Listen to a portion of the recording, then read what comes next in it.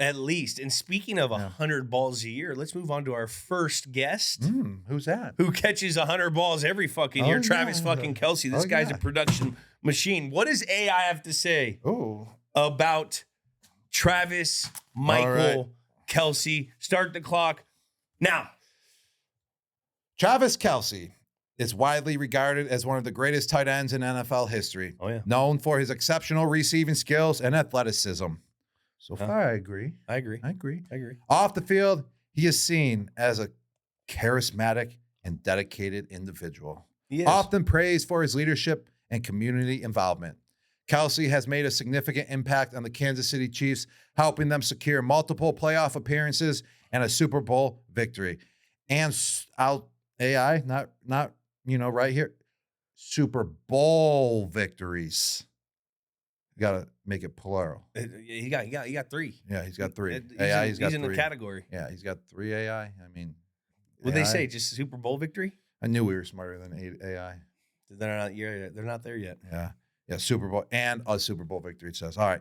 He holds several notable records, including the most consecutive in overall seasons with 1,000 receiving yards by a tight end. Jesus. Recently, Kelce has been in the spotlight for dating Taylor Swift, co-hosting the popular podcast New Heights with his brother Jason Kelce. Killer. And becoming the Chiefs' all-time leader in receptions, surpassing the legendary Tony Gonzalez. Oh, wow. And there's still a myth about Tony Gonzalez that has not been solved. The urban legend. The urban legend.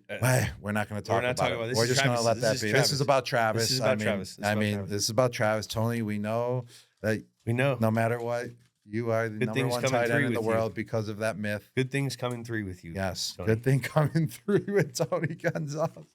Oh, man. Killer Trav, man.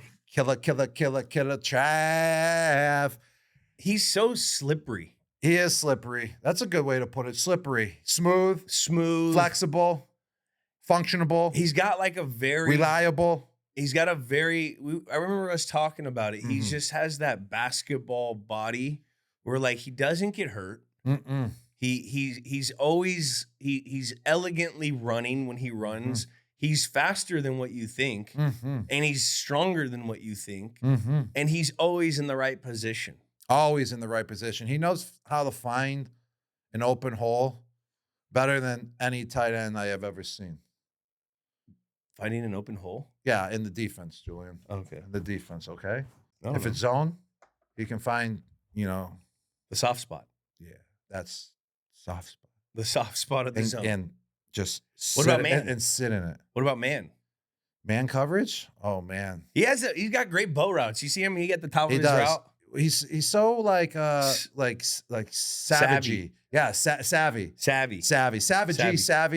at the top of the route. Like he can go to boom, boom, boom, like a basketball player dribbling when they're at the top, one-on-one, crossing over. Like he's got that, and that's what truly gets him open as well. And that's what makes him a great player is because of his knowledge in the zone game, the ability to find the open hole, to find where the grass is, so he can sit there and Patrick Mahomes can just dump it right to him, and then also the ability to just be so savvy at top of the route and have that crossover type of skills, and then boom, boom, boom, make the DB confused or the safety or the linebacker. That's rare, a linebacker on him, to make them confused what way he's going, and boom, he breaks out, and he has that separation. He can get that separation because of it. And when he has that separation, you have a quarterback like Patrick Mahomes, he's going to find you every single time and put that ball on the money. Can you keep them separated? What's that from? That's a song. Can you keep them separated? Is that, dang. Who sings that again? I know who that is. I don't know. I'm getting a tattoo now. I'm getting ink done. That's the same artist, right? I asked for a 13, but they drew a 30 with Offspring. Offspring. Yes. You gotta keep them separated. I think that's the same song too, isn't it? Yeah. Yeah, it is. The Offspring. Now, Travis Kelce is like an Offspring. He's different from every tight end. He's one of the best ever to play. That's being an Offspring right there. Now, not a traditional guy. I gotta ask you something. Yeah, ask me, Jules. Ask me and I'll answer. I'm not scared. You ever get sick of people comparing them to you? There's really like not a comparison. I mean, you can compare us, but we're two totally different players, to tell you the truth. And like, it all depends on what type of scheme you're in as well. Yeah.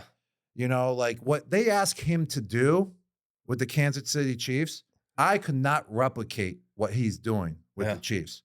If you ask him to do what I was doing with the New England Patriots, I don't think he could replicate. He could do it. Like I could do what he's doing, but I wouldn't have been able to replicate what he's doing with the Chiefs at that level. Yeah. And they know how to use his skill set. We have two totally different skill sets by far. Like he's savvy at top of the route. I'm going to run and I'm just going to go to the corner. And I'm going to outrun the guy. I'm going to use my body. I'm going to be physical. And Tom just throw the ball up. And if the guy's on me, I'm bigger than him. I'm going to use my body, box him out, and just go up and catch the freaking ball. All right? Just throw me the ball. There was nothing more to it. This guy has like 8 moves. He's like a wide receiver out there. So we're two totally different players. Yeah. You can compare us because we both wear the number 87.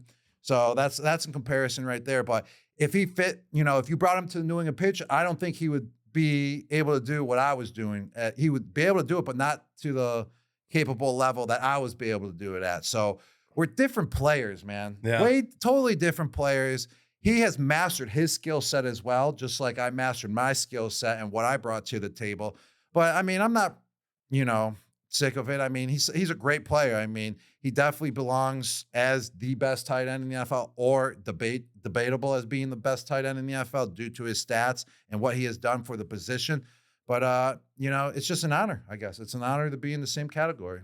Now, what if you guys were both on the same team? I think we would be perfect to be both on the same team. I mean, I feel like we kind of counter each other. There's no doubt about it. Just the way, like I was saying, how we were different players, his aspect of the game, how he, can line up anywhere, how he can motion to any point on the field at any given time. I was kind of the guy like, Tom, do I really got to motion across the line of scrimmage? Like sometimes I was in the huddle, like, I'm Tom, I know I got a motion here, but I'm just going to line up over there, man. I'm like too big to be motioning, Travis is lighter, you can motion him around, set him up. Yeah. I had that happen before. I remember. Yeah. Big, I got a lot of mass. So we would complement each other unbelievable. And I would say that we would have been the best duo. I would say one of the best duos to play if we play with each other. Don't you think so? Without a doubt. Yeah. We kind of had that. Yeah, we did. I was actually going to say that we would have broke the records of me and the other guy. About I won't mention names. Yeah. We broke basically every record in the book when it was him and I, number 85. Yeah. I think he had like 2 numbers. I think he was 81 at first, 81. and then number 85. Yeah. So we broke every record in the book for being dual tight ends. Like we had 26 touchdowns that year and 2,400 yards just between tight ends. Travis Kelce and I together would have definitely matched those numbers or produced even more. Then you at slot receiver, then Randy Moss out wide. Just there's so much clutchness going on in that. Who would be our quarterback there? Mahomes or Brady? Or would we have them both and one would play one half? I gotta go the Brady. Other... We gotta go Brady. I know. I agree. Because we don't know. I don't know how to play with. We don't know how to play that scramble drill, second play within a play. That was not like our forte. So those guys learn that. It's that scramble drill. Like Travis is always open when there's that second play within the play that Patrick Mahomes creates, and they've got on such a wavelength where he's always in the open position and he knows where to go. He reads and scans the field better than anyone. And he always finds open, and Mahomes always delivers it to him. So it'd be different. It'd be very different. Yeah, that second phase of a play, he's got that down to a science on how to get open. I mean, that's due to Patrick Mahomes being able to scramble like that. But Travis is also one of the most clutch players in the history of the NFL. There's no doubt about it. When it comes to playoff performances or a tough regular season game, he has all the numbers. He has all the catches when it's that time to make a play. He's swaggy as fuck. He is swaggy. He's smooth. But I swear it's due to the fact that he has that basketball mentality, the basketball body. He's not jacked. He has another dad bod like Patrick Mahomes in a way, but a little bit skinnier, a little bit more proportioned dad bod, I would say. But those guys, man, I'm telling you, they don't get hurt. They don't pull muscles.